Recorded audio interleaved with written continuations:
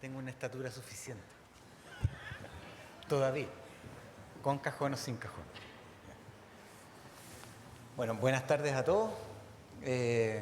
Gracias a la Universidad Austral por la invitación. ¿Ya? Estamos aquí contentos de ver a todos nuestros residentes presentes. ¿Ya? Ahora, yo toda mi vida las exposiciones que he hecho en esta especialidad han sido fundamentadas, digamos, en imágenes de mis pacientes, ¿ya? No de otros colegas, sino que son experiencias personales todas. Desafortunadamente en este tema, ¿por qué? Ah, sí. Mira, aquí la razón es otra. En este tema, que es bastante delicado y que en mis pacientes que he tratado por esta situación, hay un porcentaje importante que están en defensorías judiciales y en juicios en los cuales yo he sido convocado como médico tratante. Los pacientes, los padres de los pacientes no han autorizado, digamos, que las imágenes estén presentes, por razones obvias. Las imágenes que ustedes van a ver son recolectadas de la internet y que tienen motivos educacionales. Las imágenes de mis pacientes no están en este momento, así que ahora vamos a continuar la exposición, habiendo dicho eso, ¿ya? Bueno, el traumatismo no accidental es un problema muy grave y bastante doloroso que se presenta en nuestra sociedad actual, ¿ya? Es un fenómeno que está muy difundido y que no tiene ningún límite ni social, ni económico, ni cultural, está en toda la humanidad. Esta es una definición de qué es lo que es el maltrato infantil, digamos, hecha por la UNICEF, que me pareció la más adecuada. Es bastante simple, abarca 3 ámbitos, digamos, que es el abuso, la violencia física, la psicológica y la sexual que se puede impedir sobre un menor de edad, ¿ya? La definición de la OMS ustedes la podrán encontrar en internet, es bastante más complicada. Ahora, históricamente, esto no es una cosa nueva, ¿ya?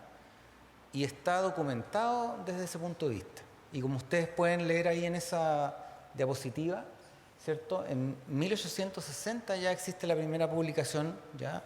Y a un doctor francés, que es el doctor Ambroise Tardieu, médico forense, publicó 32 casos de niños maltratados, ¿ya?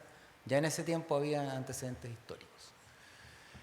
En el año 1949, un médico radiólogo publicó lo que ustedes ven ahí anotados, digamos, estos 6 casos de fracturas múltiples asociadas a una hemorragia subdural, también, digamos, como lesiones no accidentales.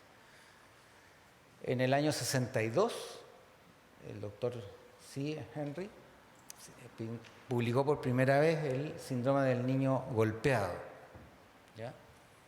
Ahora, en Chile, los años 60, el doctor Hernán Moya, que fue presidente de nuestra sociedad, publicó, digamos, junto con el doctor Carlos Pérez Lahuerta, una experiencia que se realizó en este sentido en el Hospital Exequiel González Cortés de Santiago.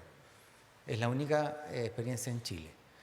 Y en nuestra sociedad, el doctor Daniel Fodor ingresó a nuestra sociedad con este tema, digamos, tan relevante para nuestro país y para la sociedad completa. ¿Cuál es la epidemiología? La epidemiología, digamos, estudios serios están hechos en Estados Unidos y ustedes la pueden ver ahí, que es bastante importante, ¿eh? En el 2010 la tasa de mortalidad, ¿cierto?, era 2.07 por 100.000 niños, por esta razón, por un niño maltratado. Esa es la mortalidad que tiene esto, ¿ya?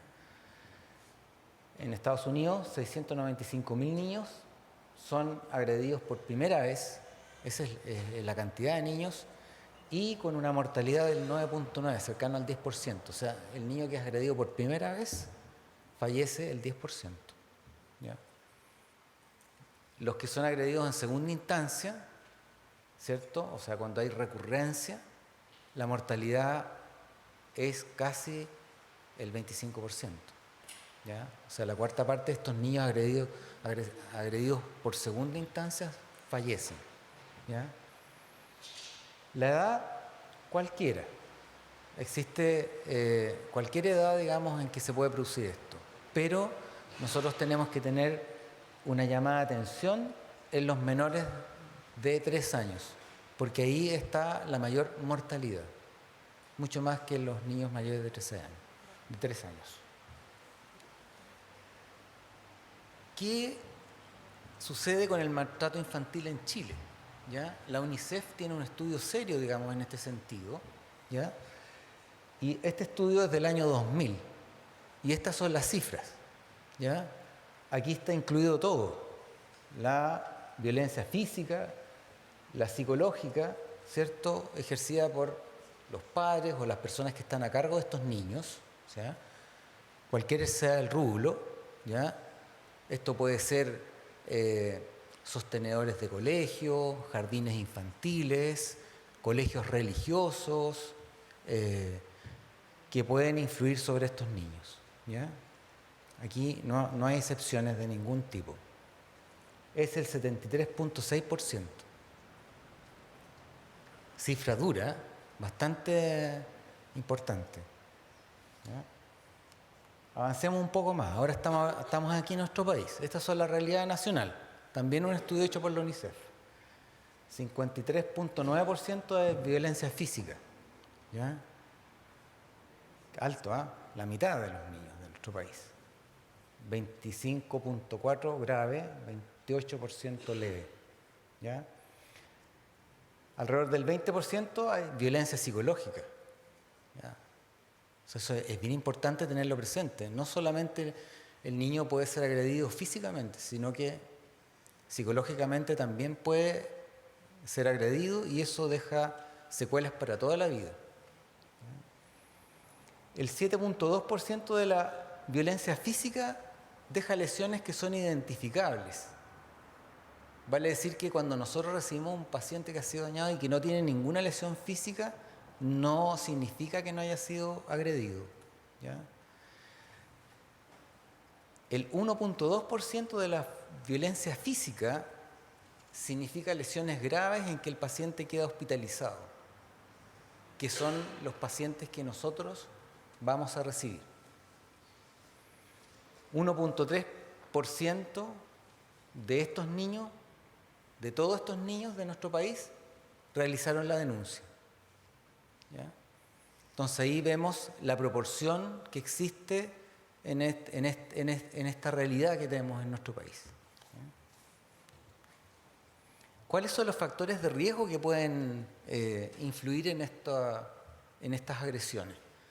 Ahí los tenemos diferenciados en la columna de la derecha de ustedes. Van a ver los factores que dependen del niño exclusivamente, ¿ya? Y en la columna de la izquierda los factores que dependen del ambiente o del grupo familiar o donde esté ubicado socialmente este niño.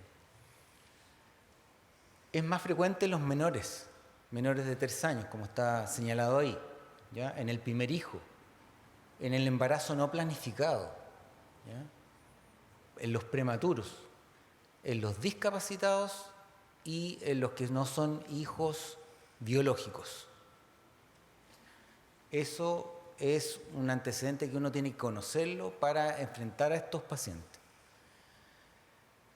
En la familia monoparental, en la otra línea, digamos, de estos factores de riesgo, la familia monoparental también es una causa importante.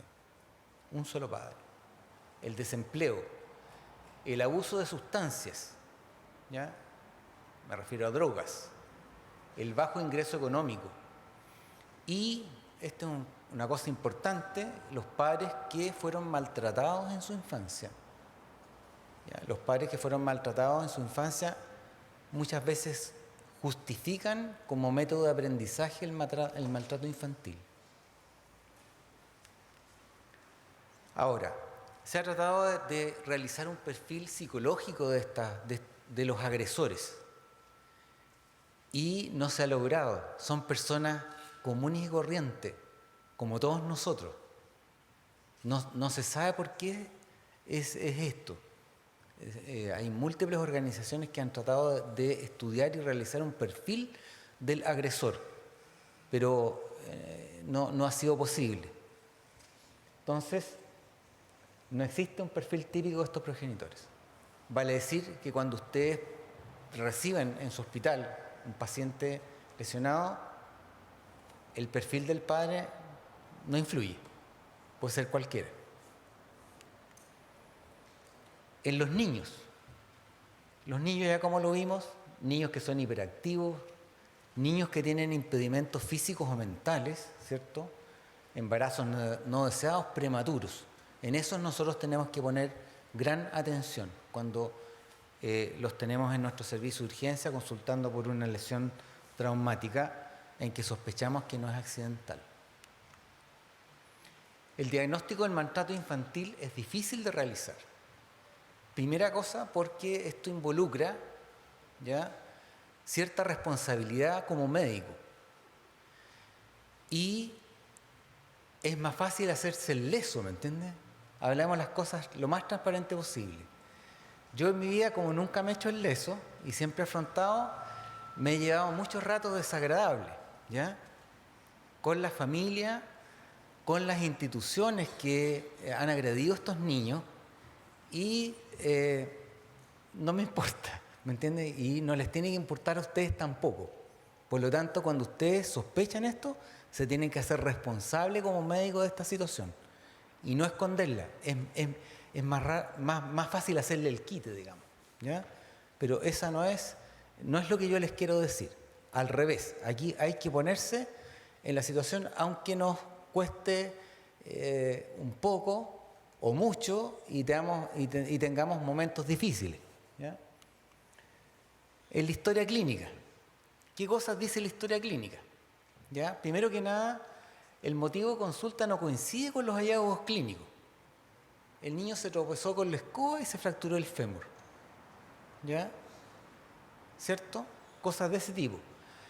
La lesión traumática sin la explicación convincente es bien importante de tenerlo presente. Lesiones que no tienen testigo. Los padres traen al paciente y no saben qué le pasó y tiene una fractura de la tibia y una fractura supracondílea del húmero consolidada. A eso hay que ponerle mucha atención. Ha transcurrido un tiempo demasiado largo entre que ocurrió el accidente y cuando el niño es traído a nuestro servicio de urgencia. Eso es una cosa bien destacable. En todos los pacientes que yo he tratado por esto, siempre ha existido este fenómeno. Una demora, digamos, en la consulta. Existen antecedentes múltiples, ¿cierto?, de otros accidentes que han causado alguna lesión en el niño. Y lo último que está anotado ahí es que los mecanismos no coinciden con la lesión que tiene el niño. Y en ese sentido es importante cuando viene este paciente, sobre todo si hay múltiples personas, preguntar separadamente a cada una de esas personas y registrar cuál es el motivo del accidente. El niño maltratado siempre va a haber disociación en la causa. Un familiar dice una cosa, otro familiar dice otra cosa, el profesor dice otra cosa.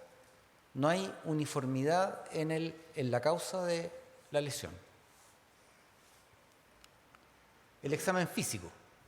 En el examen físico hay que examinar la boca del niño, ¿cierto? Porque muchas veces hay lesiones en diferentes grados de cicatrización del frenillo labial superior, y eso es por los golpes, se rompe con facilidad. Erosiones en el niño que no deambula. Un niño que no deambula no tiene por qué tener erosiones, ni hematomas. ¿Ya? Aumento de la circunferencia craneana, eso es bien importante. Eso yo lo aprendí de un pediatra antiguo, que hacía turnos en el hospital San Borja Riarán. Él a todo niño que venía y él sospechaba, le medía la circunferencia craneana buscándole algún hematoma. ¿Ya? Es bien importante eso. No se olviden de ese detalle. Lesiones cutáneas, heridas, quemaduras, equimos, cicatrices por objetos específicos. Dejan la marca, la impronta del objeto en el niño. Erosiones en zonas que están protegidas por la ropa. Los niños cuando juegan no andan desnudos. Y curiosamente no tienen erosiones porque el niño se cayó de espalda y tiene una erosión en una escápula, por ejemplo, o un hematoma en una escápula. ¿Ya? Aquí están las imágenes de internet. ¿Ya? Lesiones en cicatrización del frenillo labial superior, herida por encendedor de cigarrillos de un automóvil, tirones en la oreja, hematoma en la oreja, golpes en las nalgas, huellas de golpes por cinturón, ¿ya? Quemaduras, ¿ya? Niño apático, aumento del tamaño de la cabeza, muchas veces ha presentado vómitos. ¿Ya? Es bien importante en los pacientes que consultan por una convulsión. Niño menor de 3 años, siempre debe realizarse un fondo de ojo. ¿Ya? La convulsión más una hemorragia retiniana es un alto índice de sospecha de un niño maltratado. Examen radiológico. Aquí vamos a lo que nos compete, lo que nosotros vemos.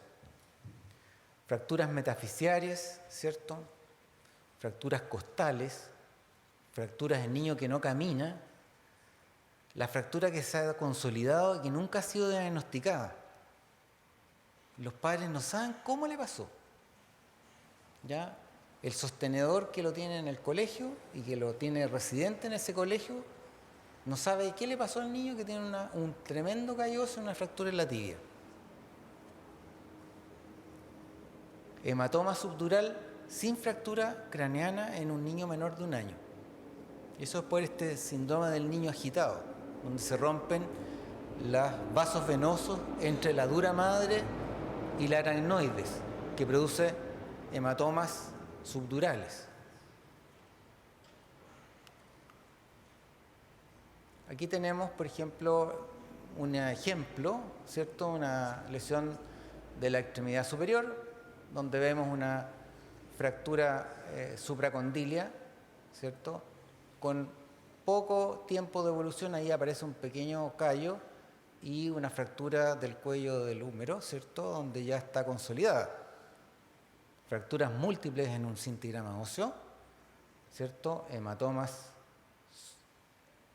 subdurales, múltiples fracturas costales en diferentes etapas de evolución, lesiones típicas de la zona metafisiaria de un niño maltratado. Indicaciones de maltrato físico. Las lesiones cutáneas son las primeras, después vienen las fracturas. Nosotros quedamos en segundo lugar. ¿Ya? Bueno, aquí hay un esquema que es bastante razonable. El niño que juega donde puede tener erosiones ahí, en las rodillas.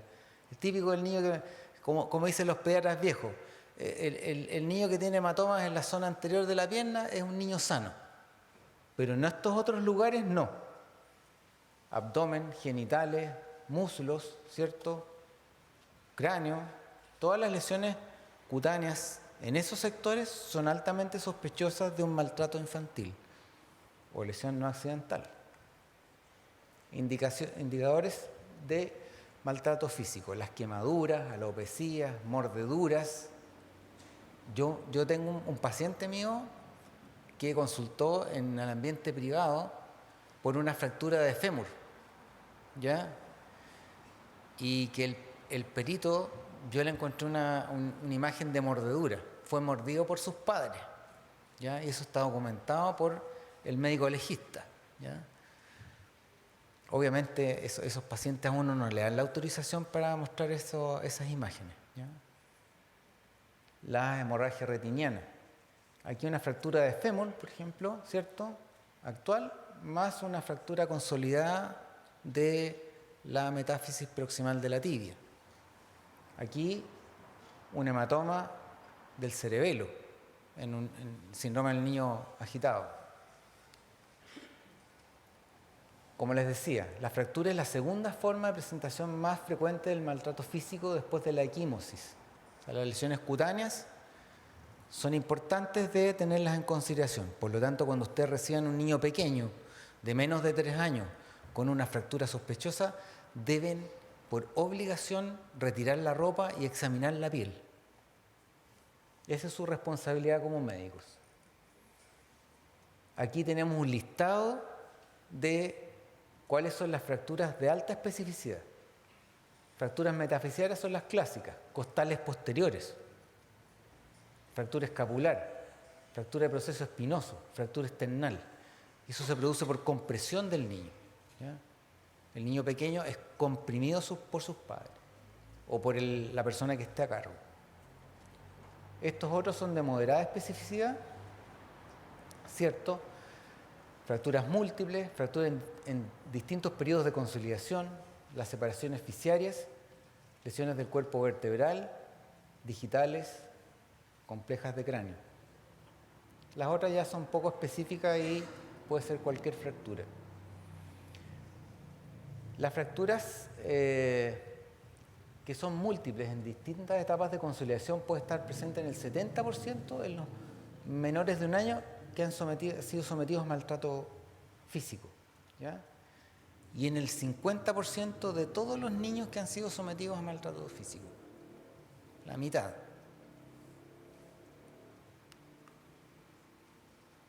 Esta, como mencionábamos ya, las fracturas costales, sobre todo del arco posterior, y fracturas en diferentes etapas de consolidación.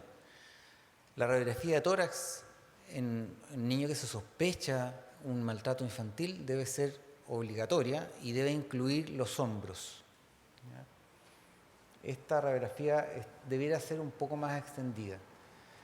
Y si los indicios anamnésticos o del examen físico son altamente indicadores, esta radiografía debe ser repetida 2 semanas después. No se olviden que las fracturas de clavícula son difíciles de ver en una radiografía, pero sí después de 15 días van a aparecer los callos óseos. La fractura metafisiaria atípica es esta donde se desprende, ¿cierto?, como una U, digamos, de la metáfisis, ¿ya? Este es un niño pequeño que no camina, digamos, tiene un desprendimiento ahí y otro acá. Eso es muy raro que ocurra, ¿ya? Sobre todo si los padres son incapaces de explicar el traumatismo. La fractura en huesos largos, el fémur. Niño menor de 1 año, 70% maltrato infantil, ¿ya? Ya mayor de 1 año ya es más difícil que sea maltrato, pero siempre hay que evaluarlo. La fractura diafisaria de húmero también es sospechoso en un niño menor de 3 años. Es muy raro que el húmero se fracture, sobre todo en la diáfisis. ¿Por qué razón? Porque los extremos son mucho más débiles, ¿ya? La mayoría de las veces son fracturas por golpes directos que reciben el niño. La evaluación radiológica es esta. Esa la pueden encontrar en cualquier libro, una cosa simple de evaluar, de ver. Los exámenes de imágenes, el TAC es útil sobre todo en las lesiones cerebrales y abdominales. Obviamente las lesiones cerebrales, cuando el niño tiene vómito, cierto llanto que no tiene otra explicación, ha tenido convulsiones o tiene un estado de sopor o coma, ¿ya? Eso es bien importante hacer el escáner de esos niños. Y el escáner abdominal es necesario hacer transaminasas, ¿ya? Por el traumatismo abdominal reiterado va a alterar las transaminasas, ¿ya? Hepáticas fundamentalmente. El cintigrama óseo ¿cierto? Para explorar todo el esqueleto. Eso es crucial. Ahora, en el diagnóstico diferencial es importante también considerar la osteogénesis imperfecta, ¿cierto? Ya vamos a terminar, para no alargarnos. Y los trastornos de coagulación. El maltrato infantil, no se olviden, es frecuente, no existe un perfil definido, es de difícil diagnóstico porque está escondido y porque los médicos también le hacen el quite a este fenómeno, ¿ya? Hay factores de riesgo y las fracturas son el segundo lugar en importancia. Muchas gracias, y yo creo que lo que me extendí justifica, digamos, este tema que es tan duro para nosotros. Muchas gracias.